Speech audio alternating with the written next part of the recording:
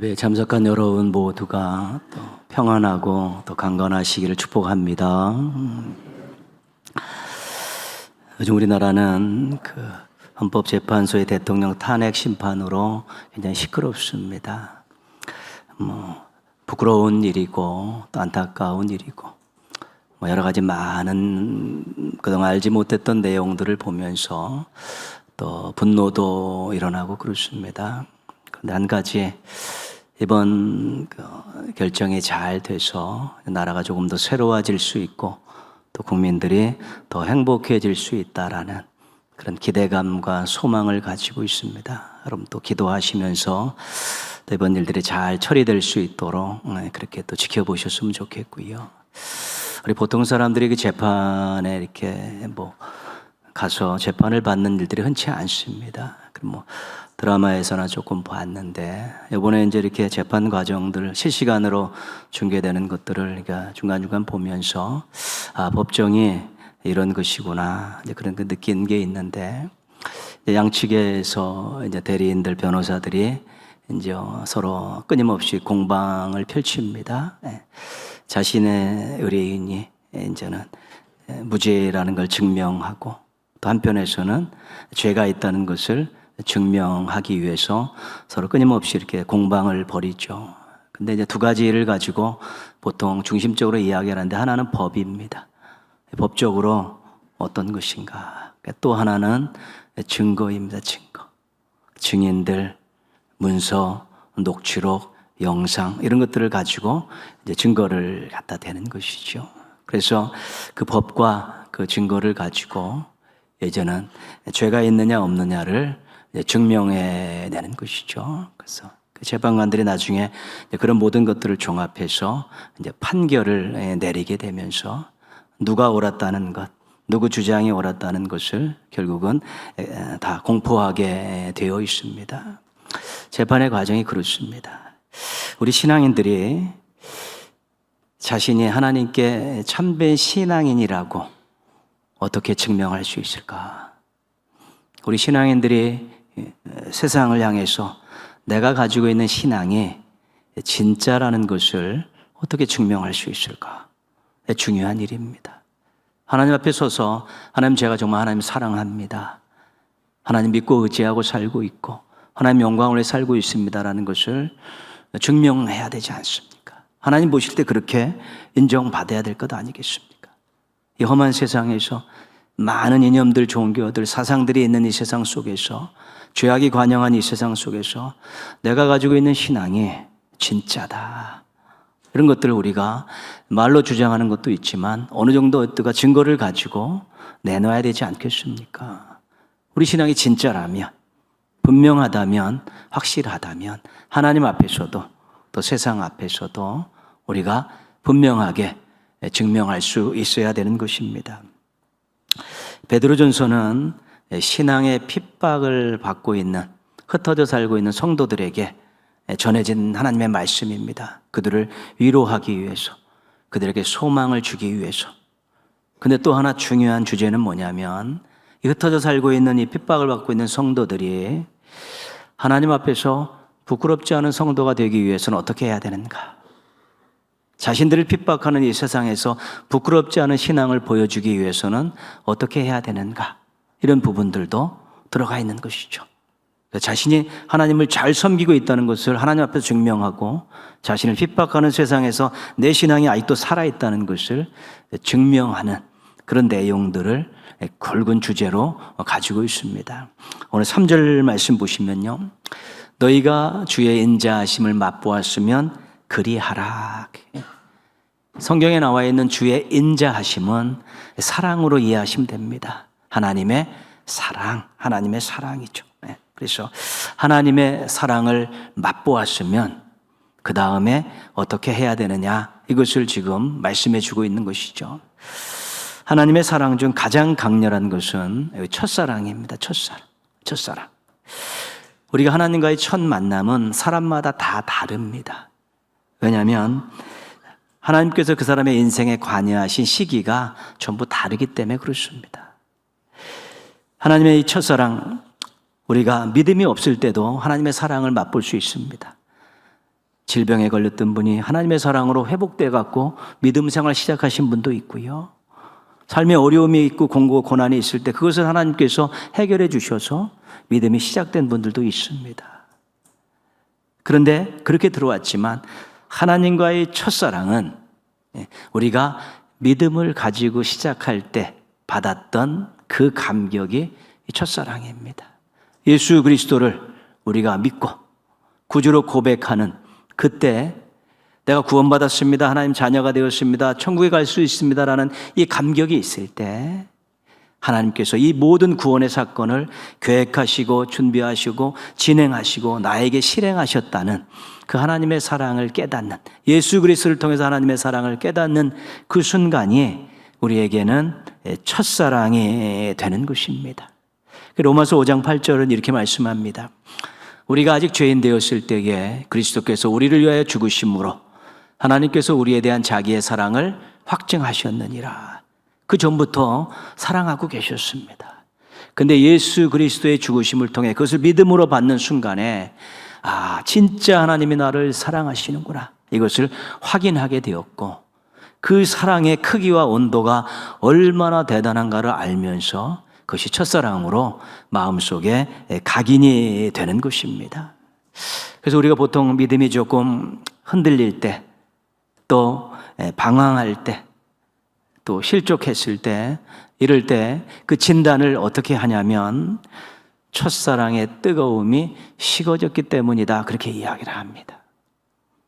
믿음이 흐지부지 그냥 그렇게 하는 그런 믿음 생활이 되어지고, 세상에서 방황하고 있을 때도 있고 실족해서 저 밑에 꼬꾸라져 있을 때도 있는데, 그런 원인이 어디에 있느냐? 첫 번째 실마리는 첫사랑의 뜨거움, 감격을 잃어버린 것입니다.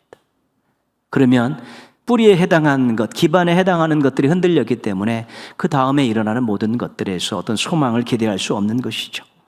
그래서 예수님을 통해 하나님의 사랑을 처음 경험했을 때 그것을, 그 감격을 잃어버립니다. 나 같은 죄인 살리신 그 은혜 고마워라는 이 감사를 빼앗기게 됩니다. 자녀로 받아주신 하나님의 사랑에 등을 돌리게 되는 것입니다. 그때 믿음이 시덥지 않게 되고 또 세상에서 방황하고 때로는 하나님께 등을 돌리는 일들이 생겨나게 되는데, 누구하고 싸워서 그랬다는 등, 어떤 일이 있었다는 등 여러 가지 많은 이유가 될 수 있지만 근본적인 신앙적인 이유는 첫사랑을 잃어버린 것입니다.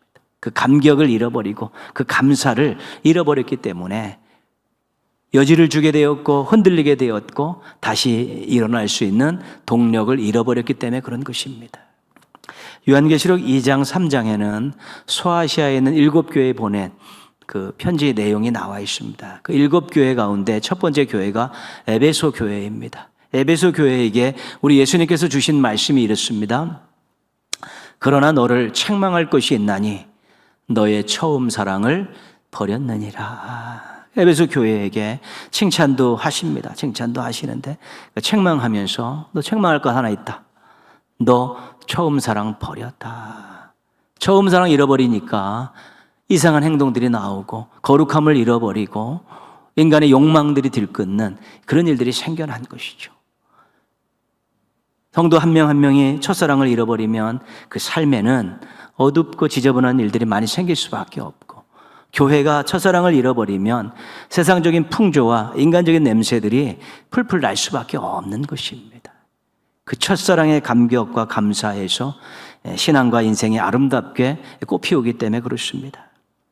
이 하나님의 첫사랑은 찐사랑입니다. 우리가 이 하나님의 첫사랑을 맛본 이후에 계속해서 하나님의 많은 사랑들을 받으며 살아왔습니다.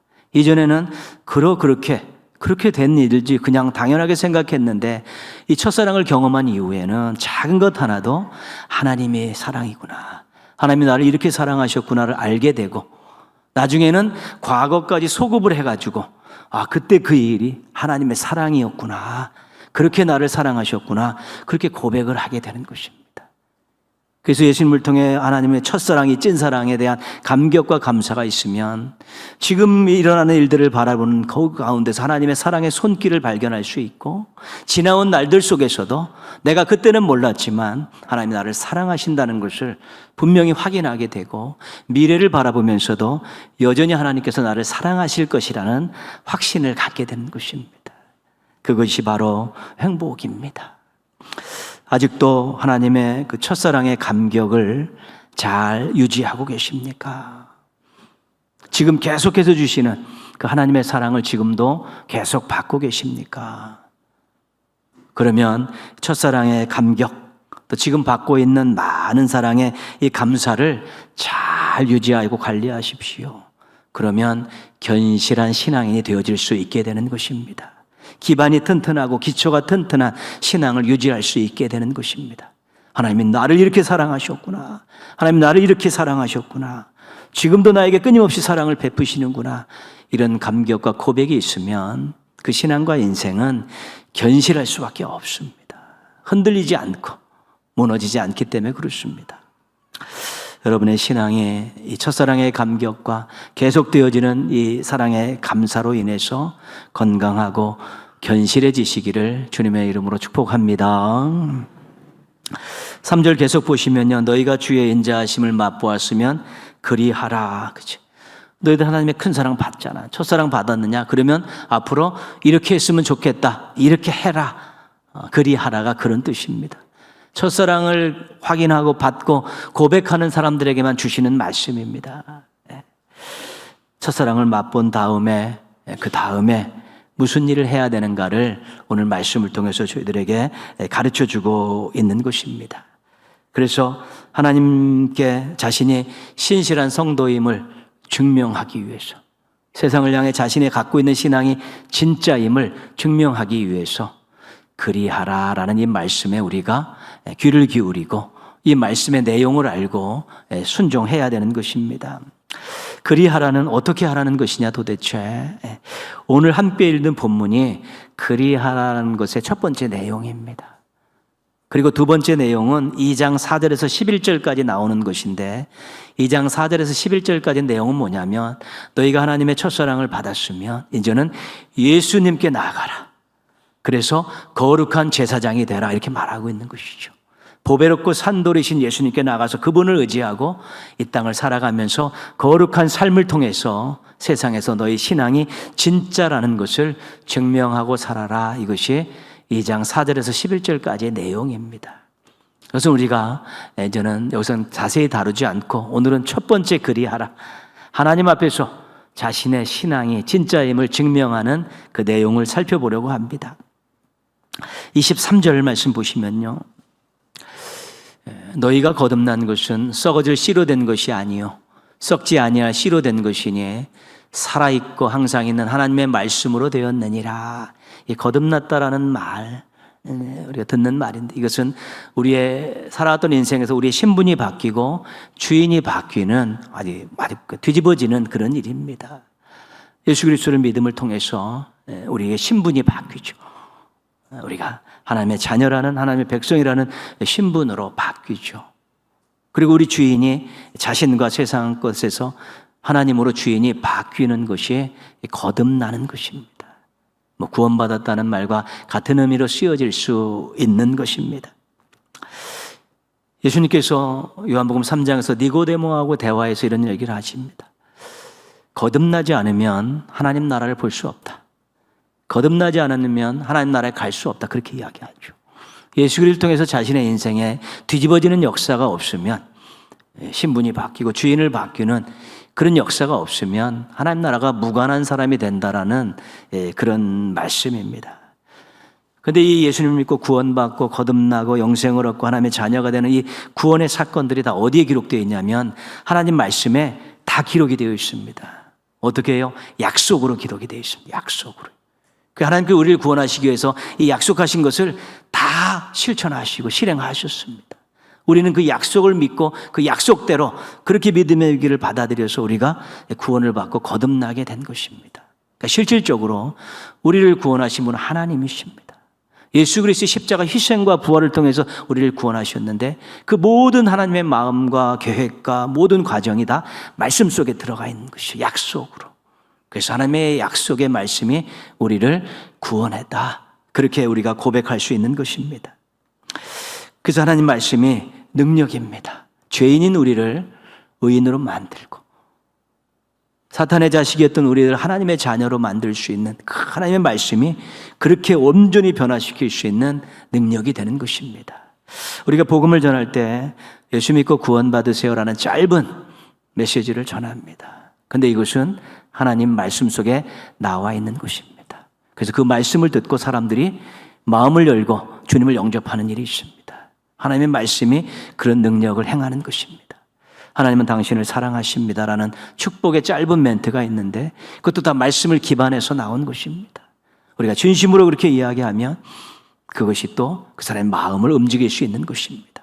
성령님께서 말씀을 역사하셔서 사람의 마음을 열고 죄인임을 깨닫게 하시고 믿음으로 고백할 수 있게 하는 역사가 있기 때문에 말씀에 잇대어 살고 말씀이 우리를 구원했다는 이 사실을 잊지 않아야 되는 것입니다. 말씀이 없으면 구원받는 거 없죠. 세상에 나가서 우리 친구들에게 나 구원받았다 하나님의 자녀라고 이야기할 때 증거가 있냐? 그게 뭐냐? 될 건 하나밖에 없습니다. 말씀에 있었다. 이 말씀의 구원의 과정이 다 약속이 되어 있는데 나는 이 말씀대로 따랐기에 구원받았다라고 우리가 기준으로 그것을 이야기할 수밖에 없습니다. 뭐 복받았네, 병났네 이런 것들은 구원의 증거가 될 수 없는 것입니다. 22절입니다. 너희가 진리를 순종함으로 너희 영혼을 깨끗하게 하여 거짓이 없이 형제를 사랑하기에 이르렀으니 마음으로 뜨겁게 서로 사랑하라. 우리가 사랑하기 쉽습니다. 자기하고 자기 가족하고 자기에게 잘해주는 사람을 사랑하기가 굉장히 쉽습니다. 막 퍼주고 싶고 막 안아주고 싶고 난리가 아닙니다. 근데도 사랑하기가 좀 어렵습니다. 교회 안에 믿음의 가족들, 우리의 이웃들은 조금 사랑하기가 어렵습니다. 남과 같이 느껴질 때도 있고요. 그래서 무관심하고 또 무엇을 주면 무엇을 받을까라는 그런 거래에 대한 그런 생각들이 들기 때문에 그렇습니다. 또 사랑하기가 정말 어렵습니다. 마음에 들지 않는 사람, 원수 같은 사람은 정말 사랑하기가 어렵습니다. 내가 아는 척 해주는 것도 너 가분하게 생각해야 된다고. 내가 미워하지 않는 것보다 다행이라고 생각하라고. 그 정도로 이해할 동안 어렵습니다. 그래서 우리가 이빨을 꽉 깨문다고 사랑하기 쉽지 않습니다. 막 속에서 막 부하가 뭐가 올라 터지면 안 되는 것이고요. 또 자기 자신의 그런 모습에 꽉 갇혀 있어도 쉽지 않은 것이지요. 그런데 오늘 하나님의 말씀 뭐라고 말씀하세요? 진리를 순종하면 영혼이 깨끗해진다는 것입니다. 하나님 말씀에 순종하고 살면 영혼이 깨끗해져서 사랑할 수 있게 된다는 것입니다. 그래서 우리가 말씀을 붙들고 하나님 사랑하라고 하셨는데요. 사랑하며 살 수 있게 도와주려고 기도하고 용기를 낼 때 우리가 사랑할 수 있는 것입니다. 사랑하기가 어렵습니다. 그러나 사랑해야 됩니다. 왜냐하면 우리 주님의 가장 강력한 우리들에게 요구하는 말씀이 사랑하라이기 때문에 그렇습니다. 성경을 읽으면서 끊임없이 우리에게 요구하는 것이 사랑하라는 것입니다. 그렇기 때문에 순종해야 되는데 그것을 순종하기 위해서 우리가 하나님 말씀이 하셨으니까 제가 한번 해보겠습니다 라고 기도하고 용기를 내서 한번 시작할 때 하나님께서 그리스도를 통해서 우리에게 사랑을 부어주실 때 우리가 사랑을 실천할 수 있는 것입니다.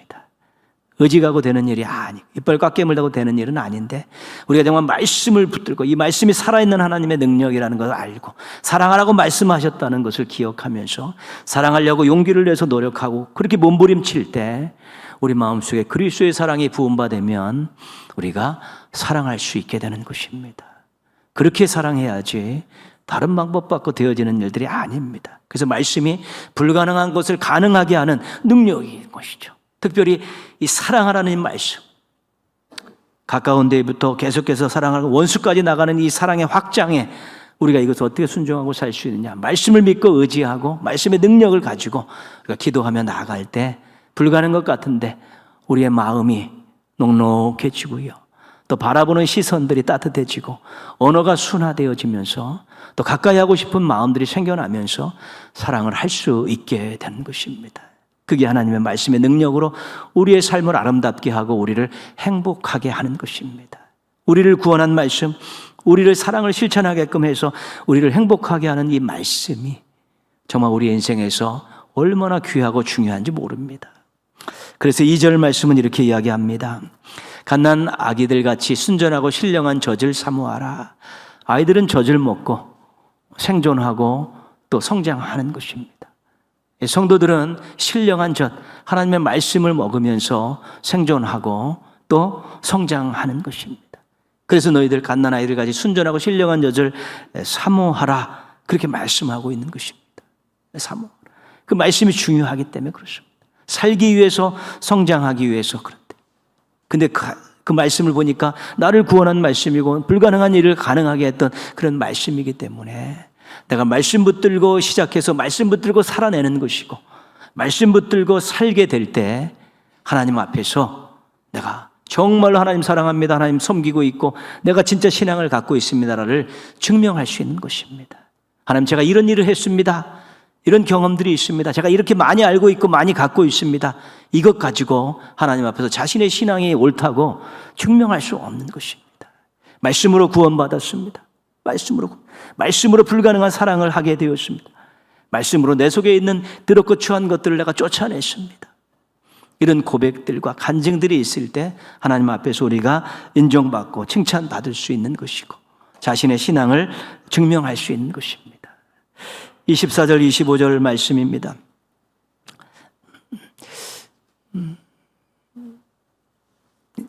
모든 육체는 풀과 같고 그 모든 영광은 풀의 꽃과 같으니 풀은 마르고 꽃은 떨어지되 오직 주의 말씀은 세세토록 있도다.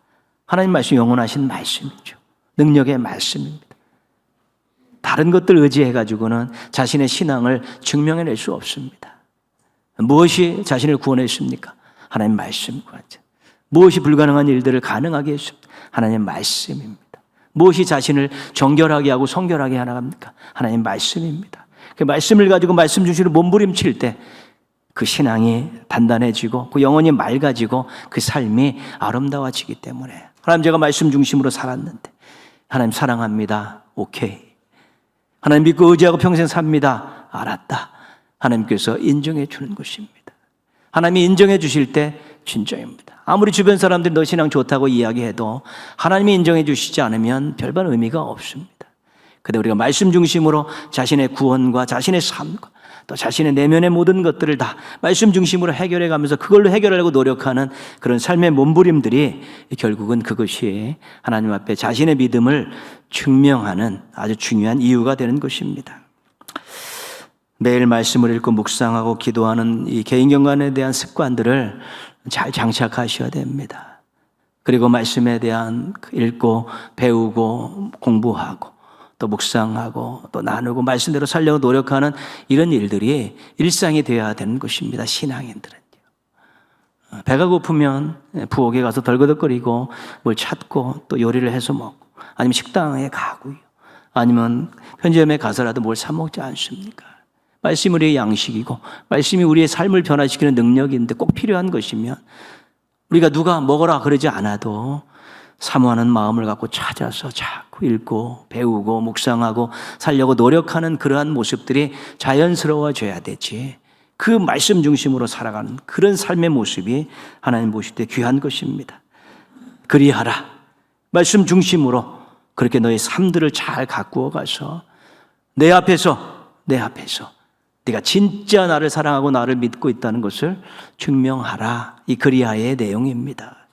말씀에 무관심하고 소홀하고 말씀을 외면하고 말씀에 게으르면 이거 신앙인들에게 있어 최악의 모습입니다. 이것은 신앙이 뭔지 모르는 사람들입니다.